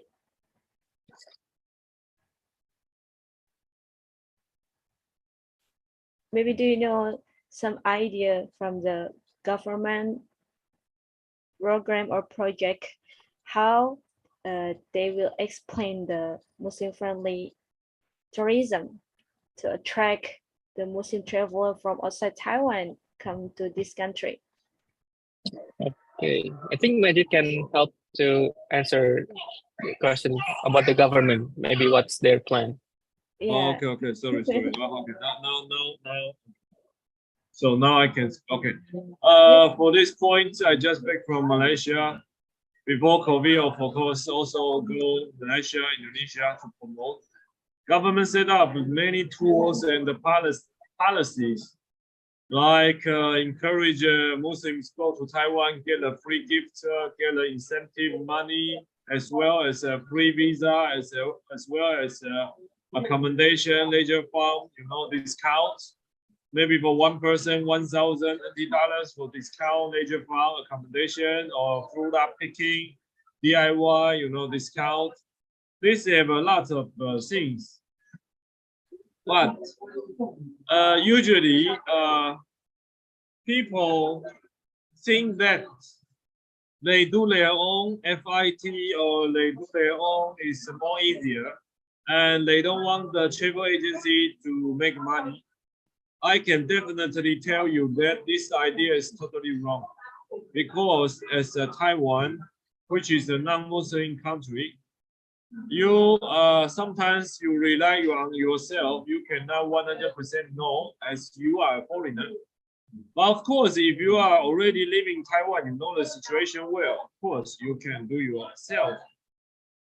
So if you want to have a trip, will I manage it by myself, or there is some trip arrangement I can do? Yes, So actually, we have a lot of travel agencies which are certified, and I can provide the itinerary to you as well in Taiwan to ground tours from maybe 5 days, 4 nights, 3 nights. Even now, we have some brothers from Europe. They book from me around Taiwan, like 10 days, 9 nights, or 14 days, 13 nights, which means 2 weeks.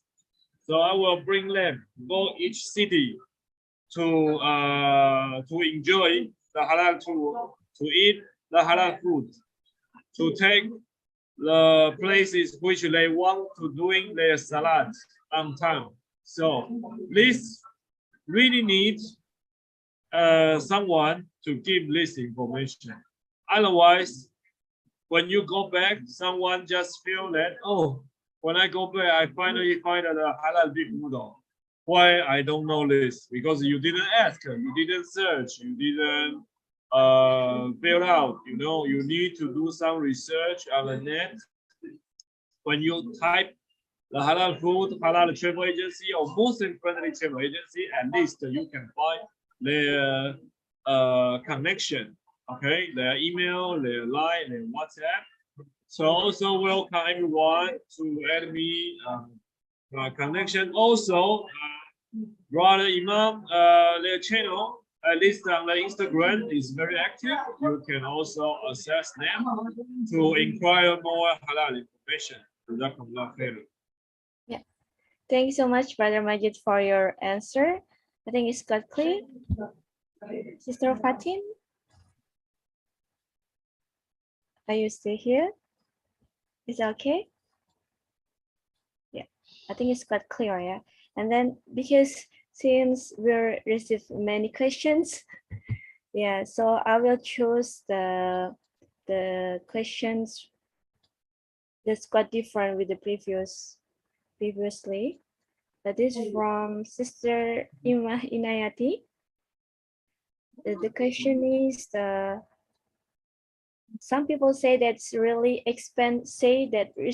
expensive for getting halal certificates, and this made the restaurant hesitate to apply for the certificate. Perhaps is that true, and how we can help with that? And really interested in the vacation spot in Taiwan, information about the halal food or musala, as the brother Majid mentioned. And if you want to promote that to other, is there any website or media can we share? I think for the website or media, we'll deliver to Mr. Iman. Yeah, we have many different kind of halal certification bodies. So for those who charge very high, their business always failed because they don't know the really demand of the halal restaurant. For me, for the Indonesian, I think, as I mentioned, that the first year application fees is 6,000. For the coming year, it's only 3,000. So actually, it's not that expensive, and it's affordable, which means for the first year, each month you just pay $500 NT more 1 month. For the coming year, you just pay $250 more. So what if I help you to get more than 10 customers 1 month, which means you already cover your application fees. So if you want to apply the halal, you can access me to apply from me, which will more affordable price. But another halal certification body, I don't think so. They are charged a lot exactly. So for me, it's okay. For another halal certification body, I think it's more expensive. Second, I see the chat room. Yeah, about the meat, which is halal or not. We can say that yes, a lot of meat if come from Australia and New Zealand are halal, but we need to check from which number of the slaughterhouse. So in Taiwan, we have a chicken slaughterhouse.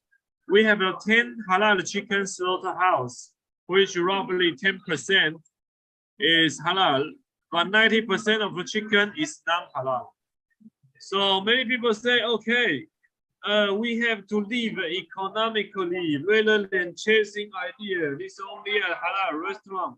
So why not? It's natural that locals and tourists have a different statement. Exactly. But you can try. You can try for your local vegetarian restaurants to apply the halal. Why not? They are still same the price. They will not increase the price after getting the halal, but just to confirm their ingredients, confirm their meat. So which is not expensive, which is not a problem.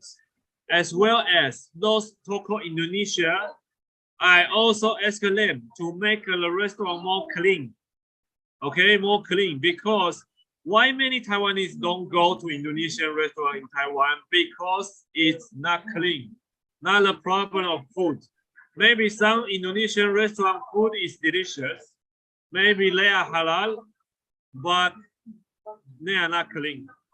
So we need to improve their image as well. We need to talk to them. And this also help them to increase the imagination. Okay, the public shape of how Indonesia in Taiwan. Otherwise, not only related to Islam, the generally Taiwan is thinking Indonesia still undeveloped, well educated, no money, like this. So some stereotype we need to watch Taiwanese brand as well, and they will do more respect to the Indonesian as well. So when I talk with many Taiwanese regarding about Indonesia, we will say that this is a future growing country. They have 300 million people. When you talk to the GDP as a whole, they are G20 very strong. But of course, when you talk to personally, sorry, so far they are weak than us, but they are very potential. So we can maybe do more business with them by halal restaurant, by trading, tourism, any other ways, and giving the students more job opportunities, which will make this environment better. So this is a mutual way. The migrant worker need to also think that themselves in a good shape. Otherwise, still they have many language bar and misunderstanding from the both sides. Yeah. Yeah, thank you so much, Brother Majid Sai. I think it's got clear. So if some restaurant in around you, you can explain these informations and register to apply, then apply the halal certificate to Brother Majid Sai. If you would like to know more further informations, you can contact him directly. Yeah. Thank you, Brother Majid Sai. Yeah, Alhamdulillah, brother and sister. Apparently, we still have enormous questions or topic to be discussed. However, due to limited time, we need to end our discussion sessions. If you still have further questions, please keep contact with Culinary Halal Taiwan Instagram account and Brother Majid line. And we have finally come to the end part of the webinar of Muslim-friendly tourism in Taiwan. And before I close this session and give back to the MC, I would like to invite our speakers to give us some short closing remarks, maybe 1 or 2 sentences, please. Maybe from Professor Iman first. Yeah, I think this kind of topics, we need to have much more collaborations in the future, especially for Muslim communities. So we are actually having a soft power to narrate our story and then to make our story impactful, at least to the Taiwanese government, so that they know that we are inquiring this Muslim-friendly environment. And then we need also to have a fruitful discussion on how to make it into our community in Taiwan. Of course, we cannot force ourselves to make Taiwan's change to all Muslim, all halal. I think we cannot do that. So we can take a good discussion, mutual discussion, to have, like, for example, if, for example, like Brother Majid say, if meat from Australia, New Zealand, they are halal, why they need to have another certified in Taiwan again that has maybe cost some money? And also this is also good research for students who are maybe doing research in this way, in this maybe this area.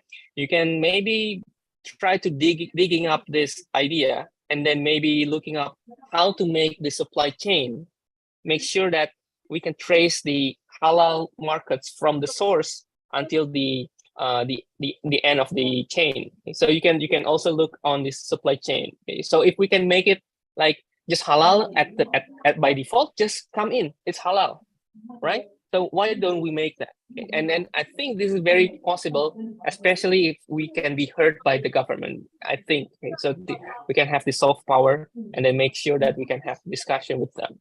Okay, I think that is from my side of you. So we need your help. Okay. Yeah. Thanks so much, Professor Iman. And then for Brother Majid Sai, please, your closing remarks. Okay, thank you, brother and sisters, and all the audience here. Maybe online or maybe another country as well. But I want to talk about more local because in terms of Muslims, we have many different kind of categories. So far as this held by Bobby, so we need to talk as from the Muslim students lifestyle in Taiwan. So my suggestion is that you need to cooperation more with your campus and to see what if the campus can provide what kind of resources to the Muslim community, to the club. But before you give their proposal, give them, you need to let inside our ummah, our Muslim community, Muslim student community, what can we devote ourselves for them? What can we offer our value for them? And they will agree and accept this kind of value. And of course, those campus, those government will support students to do this kind of activities. So this will be a better way. Otherwise, everyone is volunteer. In the beginning, this is a very good initial and a very high passion. But in the end, everyone needs to working. Everyone needs to get a salary. Everyone needs to get a part-time job. You will not have a part-time to devote yourself into this activity. So why not we make a balance for dunya and the akhirah to make this kind of promote of da'wah by halal, by the Islam, Muslim lifestyle ways, by helping people know more about halal, more about the concept of Muslim, and they can enjoy, the mutual activities, cultural activities, or even like a food test activities with the Indonesian Muslims. So this is a good way for us to keep in touch and doing this kind of activities more. So inshallah, I wish the BOMIT committee to think more about any kind of proposal, and inshallah, maybe the coming season we can cooperation with any different kind of government with me as well, inshallah. Yes, inshallah. Amin. Amin ya rabbal alamin. Jazakumullah khairan, Professor Iman, Imam Majid Tai, for your concise closing remarks. Yeah, if I highlight some point from today's sessions, we need to cooperate and collaborate together to grow our Muslim community in this Muslim-friendly industry. So it's like from us to us, and it's and we can help each other for growing our Muslim community in Taiwan to get more the halal restaurant, halal tourism industry also. Well, ladies and gentlemen, once again, I would like to thank our speakers, Brother Iman Adipurnama, Brother Majisai for their informative and interesting presentations, and also all the participants for their active participation today. And I would like to give back to our MC, Miss Fevi. Okay, thank you, Mrs. Novi Irmania. Before I continue, I want to apologize to all participants because my internet connection is not stable, so I can't turn on my video. It's sorry, but I think it's okay. As long as my voice is clearly, I can handle this event. Yes. Okay. Thank you. Thank you so much for Mrs. Novi Irmania for guiding us during this webinar session. But I want to make sure my voice is clearly, Mrs. Novi Irmania. It's very clear. Is it okay? Yeah, thank you. Yeah, Oh, sure. okay. Okay. Yeah. Masya Allah. Thank you, Mrs. Novi Irmania, for guiding us for this informative discussion. And also, I want to say thank you to our outstanding speaker for sharing with us today. And I hope everyone found it valuable and get a lot of knowledge. And it's very useful for us, inshallah. Okay. Before we move to the next agenda, I have a good news for brother and sister in Taiwan. Inshallah for mid 17, we'll hold the Rihlah and Silaturahim on Sunday next week. So make sure you can join with us because this Rihlah is a halal trip. You can find the registration form in the chat box and make sure you can join with us in this event. Okay, so the next agenda, we move to the door prize session. This session will be led by Brother Yusuf Rahmatullah. To Brother Yusuf Rahmatullah, I take over to you.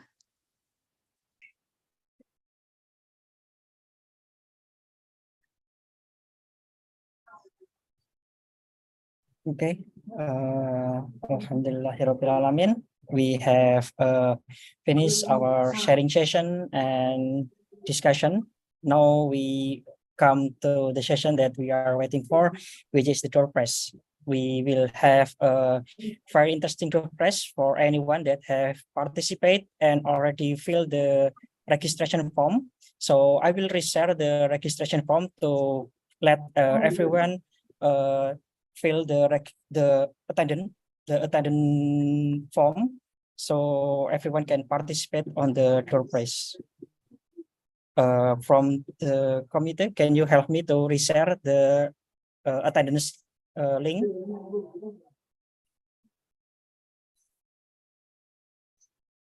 What?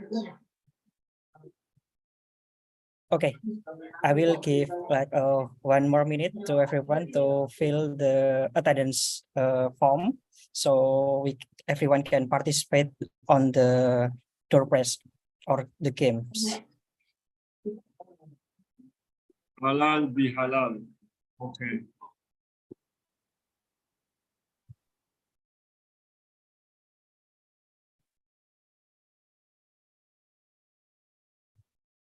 Okay, in here we have already have 32 of participants that already filled the attendance form. So I will copy all of the attendance. Okay. Okay, there is still some people that still fill the form. Okay. Brother Yusuf, sorry. Yeah. Could you have to share screen? Wait a minute. Okay. Okay. Now I will share my screen. Okay. Okay. Now we have about 34 attendants in here. So I will try to use the wheels to random the name. So the one will come out in the wheels will be the winner. So can I start now? Yes. Yeah, Yes, sure. okay. So, Make sure your and name in here. Don't miss this opportunity. Okay, 1, 2, 3, 4. Go. Uh, okay, Alhamdulillah, we have the winner. Sister Hana Nur Aini. Wow, congratulations. Congratulations, Mbak Hana. Are you here? Can you open your Yes, can you thank open? you. Okay, okay. Congratulations for Sister Hana. So, can you share some experience about Muslim friendly tourism in Taiwan, so everyone can get some insight about Muslim friendly tourism in Taiwan? Oh, you mean I share about Yeah, your experience. Muslim friendly. Oh, okay. I think Taiwan is one of Muslim friendly place that I ever experienced. Like in Taipei, you can easily find halal food around MRT station. Taipei, Taiwan, like Prof. Iman shared before, in Taipei, Taiwan, Taichung, in Kaohsiung, we can easily find halal food. And last winter, I also have traveled in Taipei. I forgot the place name, but amusement park in Taipei. That's Muslim friendly and also kids friendly. I think in that amusement park you can find playroom and also halal food in the food cart, so you won't you will not confuse again to think like where will you pray and about your lunch. Okay, thank you, Mbak Hana, for your sharing. I think that's all. And one chance, I want to say congratulations for Mbak Hana for winning the tour prize, and thank you for everyone that has participated in this event. And then I will return back the session to the MC, Mbak Evi.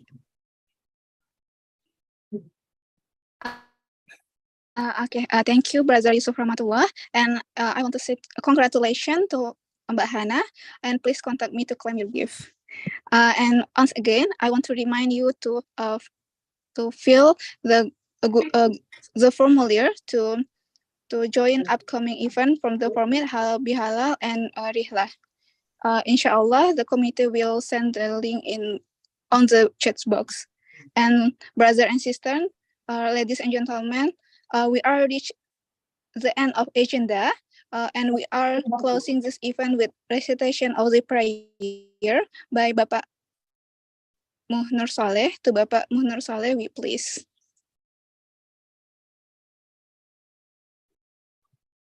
Oh, okay. Sorry, Mbak Pevi. Oh, for closing, right? Yeah, for dua. Oh, dua. Okay. Yes, thank you. Okay, yeah. Okay, brother and sister, thank you for attending this webinar, and also thank you for our attending speaker.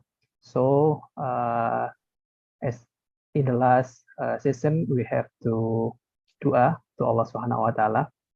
A'udzu billahi minasyaitonir rajim. Bismillahirrahmanirrahim. قل اللهم مالك الملك تؤتي الملك من تشاء وتنزع الملك ممن تشاء وتعز من تشاء وتذل من تشاء بيدك الخير إنك على كل شيء قدير تولج الليل في النهار وتولج النهار في الليل وتخرج الحي من الميت وتخرج الميت من الحي وترزق من تشاء بغير حساب اللهم إن هذا إقبال ليلك وإدبار نهارك وأصوات دعاتك فاغفر لنا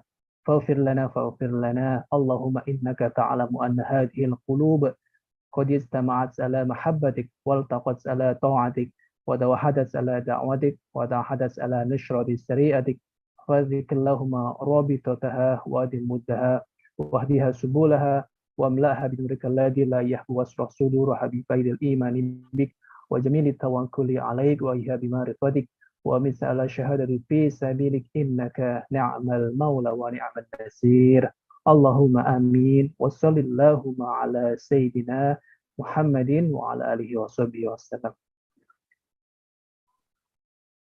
Okay, finish. Mbak Pevi. Okay, Jazakallah khairan, Pak Muhammad Nur Saleh. This concludes our webinar for today.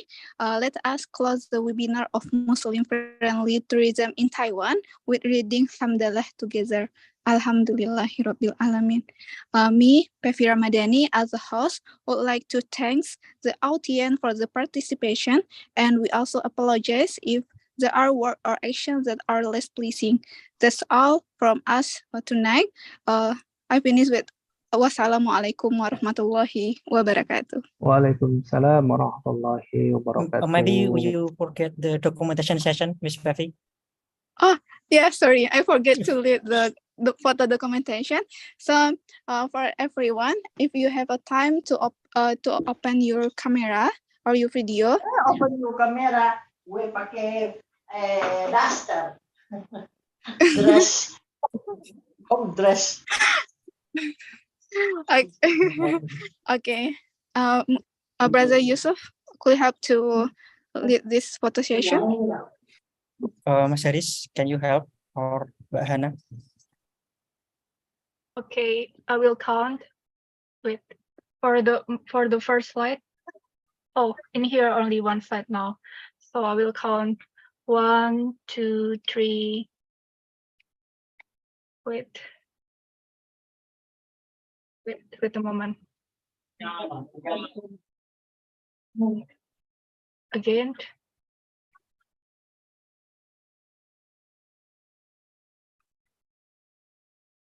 One, two, three. Okay, finish. Okay, thank you, Mbak Hana. Once again, thank you, Pak Iwan Yusuf, our outstanding speaker, Pak Iman Adipurnama, Brother Majid Say, and our moderator, Mbak Novi Irmania, for your participation in this webinar. And the committee will end this meeting as soon as possible. Thank you so much.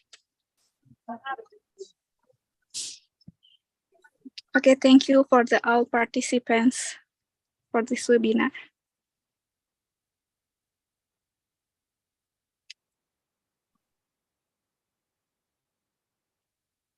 Thank you, Mbak Novi, Brother Majid, and Pak Iman, Oh, and yeah. also Pak Ivan for your time.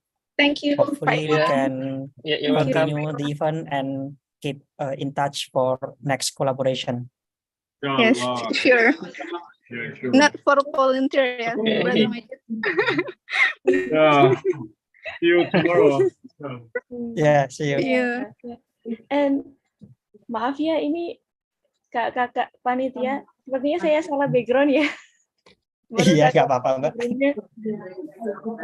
Iya, tadi buru-buru waktunya, ya udah dapat background ini. Terima kasih, keren banget Iya, acaranya. terima kasih. What Mbak is Novi. halal be halal? I think Indonesia the office support this That because is after event Eid, the Eid event. We call them halal bi halal. Usually, few days after the holidays. After holidays, they went to the work. They have the halal bi halal, like to welcome to the new season. Because after holiday, you get to work again. You usually welcome by this halal bi halal event. Okay, so okay, I understand. Because I went to Pingdong, the Pingdong one Indonesia restaurant. They also have the event like in Tongkang Masjid, halal bi halal. Yeah, this event is created by one of the Indonesian ulama. Oh, okay, Yeah. okay. Interesting. Yeah, to give motivation. Motivation, nice. Yes. Good. Okay, thank you everyone. Thank you. Okay. Good event. But can do better. Inshallah, I think many Inshallah. things. Okay, I need to go back, prepare tomorrow event. See you. See you. Thank you, Brother Majid. Yeah, thank you. Thank you. See you.